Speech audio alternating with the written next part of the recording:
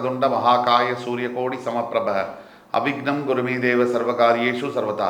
தென்னாட்டுடைய சிவனை போற்றி, என் நாட்டவர்க்கும் இறைவா போற்றி. நண்பர்களே, இந்த புத்தம் புதிய காணொலியில் உங்கள் அத்துணை பேரையும் வரவேற்பதில் மிக்க மகிழ்ச்சி கொள்கிறேன். இன்றைக்கு தமிழ் புத்தாண்டு பலன்கள் 2026 அந்த வரிசையில் பராபவ ஆண்டினுடைய முழு பலன்களை ராசியாக பார்த்து கொண்டு வருகிறோம். அந்த வகையில் இன்றைக்கு நம்ம பார்க்கக்கூடியது மிதுன ராசி. மிதுன ராசி எல்லாருக்கும் விருப்பமான ஒரு ராசி, எல்லார்கிட்டையுமே எளிதில் பழகக்கூடிய ஒரு ராசி. பழகி மற்றவங்களுக்கு செஞ்சு கை சிவந்து போன ஒரு ராசி. மிதுனம் இரட்டைத்தன்மையுடைய ராசி. அவங்களுக்கே தெரியாம அவங்களுக்குள்ள இரட்டை சுபாவம் என்பது இருக்கும். ஒரு நேரத்தில் ஒவ்வொரு மாதிரி அந்த சுபாவம் மாறும். இது அந்த மிதுன ராசிக்காரர்களுக்கே தெரியாது. பார்த்ததெல்லாம் பால் என்று நம்பக்கூடிய ஒரு ராசி, பழகுவதெல்லாம் தேன் என்று நம்பக்கூடிய ஒரு ராசி. யாரையும் எளிதில் நம்பிடுவாங்க, இவங்களையும் யாரும் எளிதில் நம்புவாங்க. புதன் ஆதிக்கம் பெற்ற ராசி அப்படிங்கிறதுனால கம்யூனிகேஷன், தொழில்நுட்பம், வணிகம், சார்ட்டர்ட் அக்கௌண்டன்சி, வங்கிகள், இந்த மாதிரி நிறுவனங்களில், ஐடி நிறுவனங்களில் பெரும் பதவிகளில் இருக்கக்கூடியவர்கள் பொதுவாக மிதுன ராசியில் இருப்பாங்க. நீங்கள் வேலை செய்யக்கூடிய இடத்துல, நான் மிதுன ராசியை தாக்கி பேசலை, நீங்கள் வேலை செய்யக்கூடிய இடத்துல பக்கத்தில் ஒரு 50 பேர் வேலை செய்கிறாங்கன்னா அதில் ஒரு ஆள் மட்டும் அப்படியே மெதுவாக மேலே போய் டக்க மேலே போவாங்க. ஆனால் வேலையே தெரியாது, வேலையும் செய்ய மாட்டாங்க. அது மிதுன ராசி. இது உண்மை. எப்படா நம்ம மாடு மாதிரி உழைக்கிறோம், இவன் வேலையே செய்ய மாட்டேங்கிறான், ஆனால் மேலே கடகடன் போகிறானே எப்படின்னா மிதுன ராசி. ஏன்னா அவங்களுக்கு பாலிட்டிக்ஸ் என்பது ரத்தத்தில் கலந்துருக்கும். யார்கிட்ட எப்படி பேசணும், அந்த பேச்சுவார்த்தையில் எங்கே இஃப் பட்டு வைக்கணும், கோலன், செமிகோலன், அபாஸ்டஃபி, புள்ளி இதெல்லாம் எங்கே போடணும், இதெல்லாம் அத்துப்படியாக தெரிந்த மனிதர்கள் தான் மிதுன ராசி அன்பர்கள். கூட உழைப்பும் இருக்கும். நம்ம இங்கிருந்து பார்க்கும்போது அவங்கள குற்றமாக சொல்லுவோம், அவங்களுடைய வழி அவங்களுக்கு இருக்குது. அப்பேற்பட்ட மிதுன ராசி அன்பர்களுக்கு தமிழ் புத்தாண்டில் எப்படிப்பட்ட பலன்கள் இருக்குது, வரக்கூடிய ஆண்டு என்னவெல்லாம் மாற்றங்கள் நிகழப்போகுது, இப்போ என்ன நடந்துட்டு இருக்குது, இதை பற்றிலாம் விரிவாக பேசலாம் வாங்க.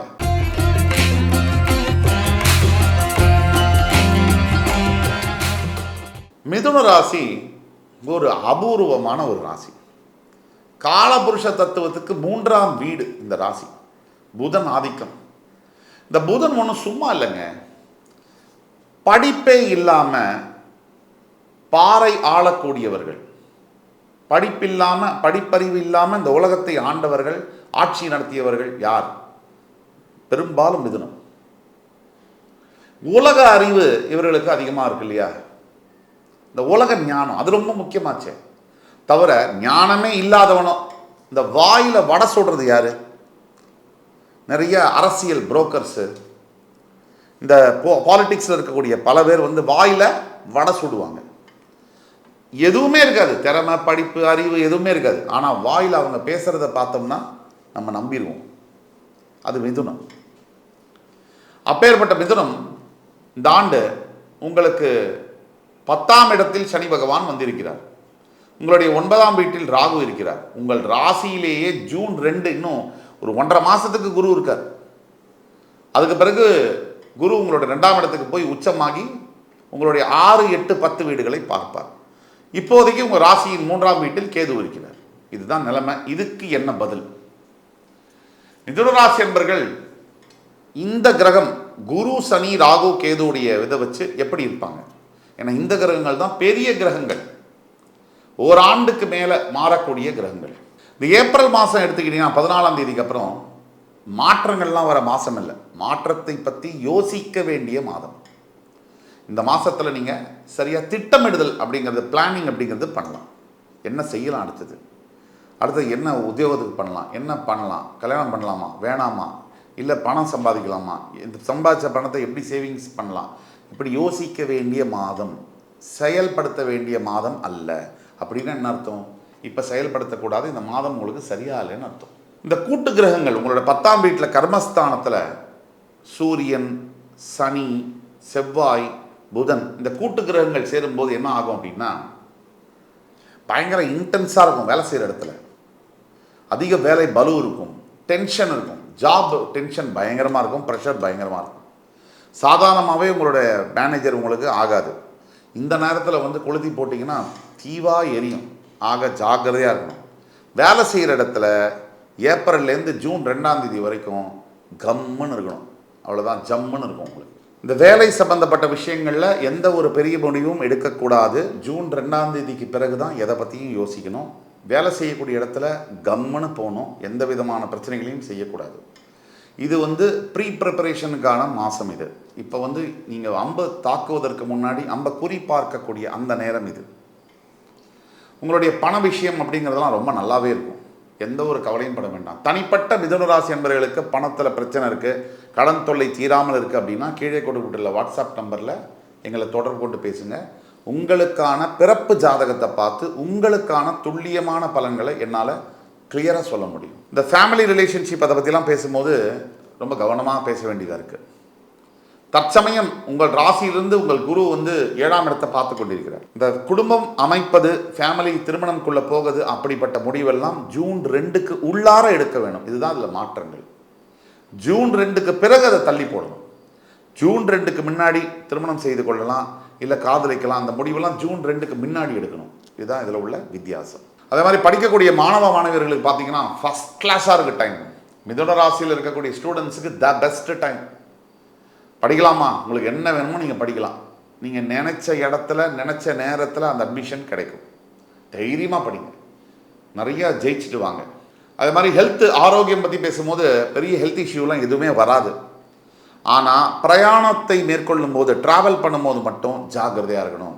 கண்டதை சாப்பிட்றது, கண்டதை அப்படியே ஃபோன் பார்த்துட்டு 2 மணி வரைக்கும் தூங்காமல் இருக்கிறது, இதெல்லாம் செய்யக்கூடாது. மிதுன ராசிக்கு தற்சமயம் என்ன அப்படின்னு கேட்டிங்கன்னா, ஜென்மகுருவால் பெரிய பாதிப்புகளை பார்த்துருக்கீங்க.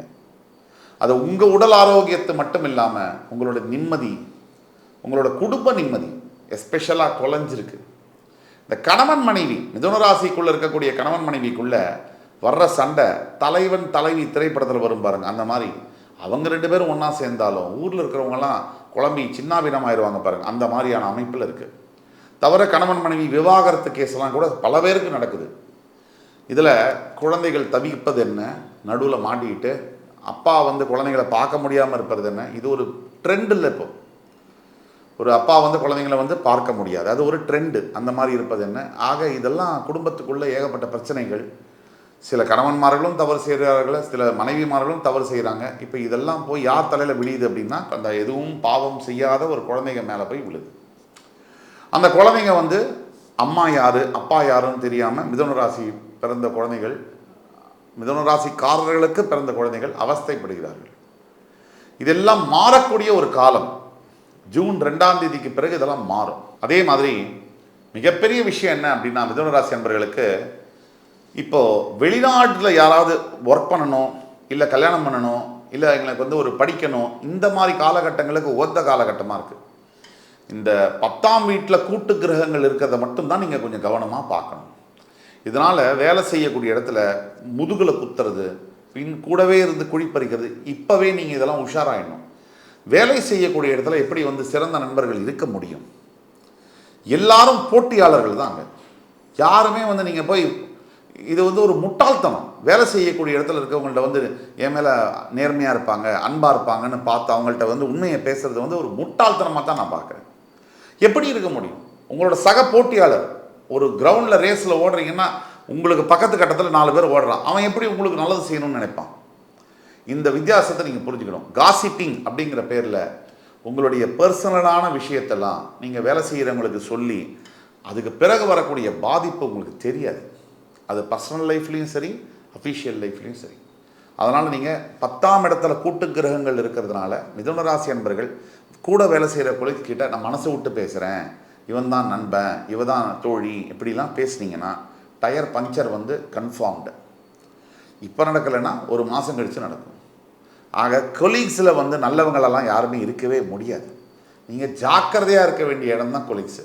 பர்சனல் ஃப்ரெண்டு, சைல்ட்ஹுட் ஃப்ரெண்டு மாதிரி கொலீக்ஸ் எல்லாம் வர முடியாது. அதனால் ஜாக்கிரதையாக இருக்க வேண்டியது அவசியம். தவறு 9ஆம் இடத்தில் இருக்கக்கூடிய ராகு, தந்தையாருடைய உடல்நிலையில் கவனம் இருக்கணும். தந்தையாருக்கும் உங்களுக்கும் சண்டைகள், சச்சரவுகள் வரலாம்.